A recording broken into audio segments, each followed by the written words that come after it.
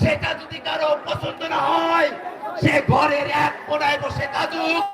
বাংলাদেশকে সাম্প্রদায়িক বলে গালি দেওয়ার অধিকার কোন মানুষের নাই। ভাইরা আমার, এই বাংলাদেশকে নিয়ে, এদেশের স্বাধীনতা সার্বভৌমত্বকে নিয়ে নানা ধরনের ষড়যন্ত্র চলছে। বাংলাদেশের অর্থনীতিকে ডুবিয়ে দিতে, বাংলাদেশের কোন অঞ্চলকে দাগ দিয়ে তারা আলাদা করার প্রচেষ্টা করছে। আমরা শপথ করে বলি, আমাদের গায়ে এক ফোঁটা রক্ত থাকতে বাংলাদেশের 1 ইঞ্চি জায়গা আমরা পরাধীন হতে দেব না। ভাইরা আমার, এই নতুন বাংলাদেশকে করতে হলে বাংলাদেশের প্রত্যেকটা প্রতিষ্ঠানকে সংস্কার করতে হবে। বাংলাদেশের পাসপোর্ট অফিস, বাংলাদেশের রেজিস্টার অফিস, বাংলাদেশের আইন আদালত, বাংলাদেশের সকল প্রতিষ্ঠান, বাংলাদেশের থানাগুলোকে জনগণের সেবার উপযোগী করতে হবে। ভাইরা আমার, এই নতুন বাংলাদেশ করতে হলে এই বাংলাদেশের ফ্যাসিবাদ বিরোধী সকল পক্ষকে, আমাদের সকলকে একযোগে সামনের বাংলাদেশ বিনির্মাণ করতে হবে।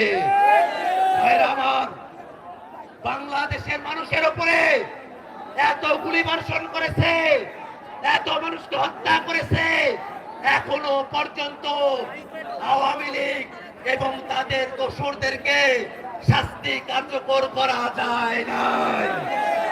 আমরা সরকারের কাছে আহ্বান জানাই, 1 বছর সময় গত হয়েছে, আর কত অপেক্ষা করবেন? অতি দ্রুত আওয়ামী লীগ এবং তাদের দোসরদেরকে বিচারের কাঠগড়ায় দাঁড় করাতে হবে। নতুন বাংলাদেশ করতে জুলাই সনদের কথা আমরা বলেছি।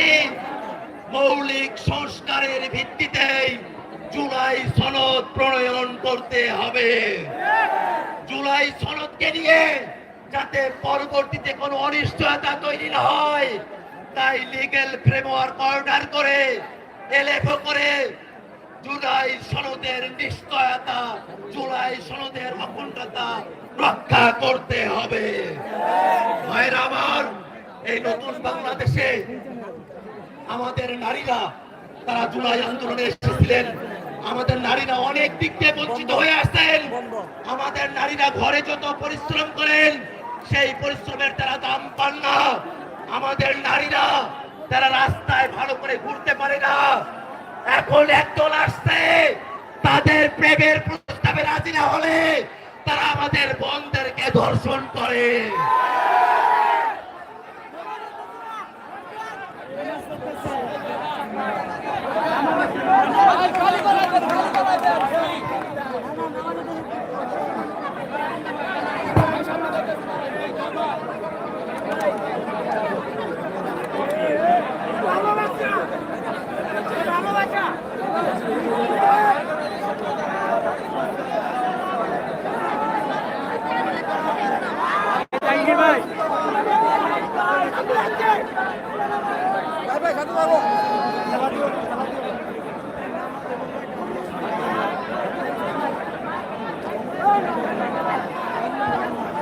আরে নিউজের জন্য একটা ছবি,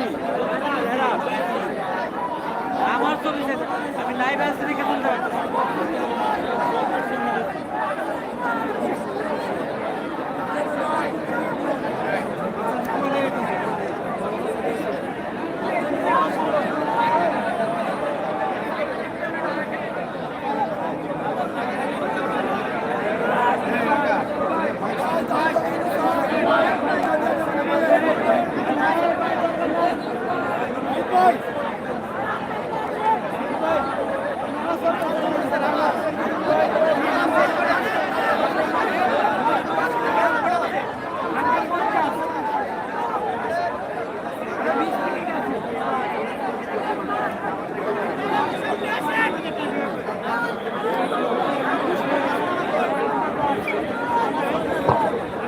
সংগ্রামী উপস্থিতি, আমাদের সমাবেশ স্থলের ডান পাশে যেহেতু মসজিদ, সেখানে এশারের নামাজ হচ্ছে।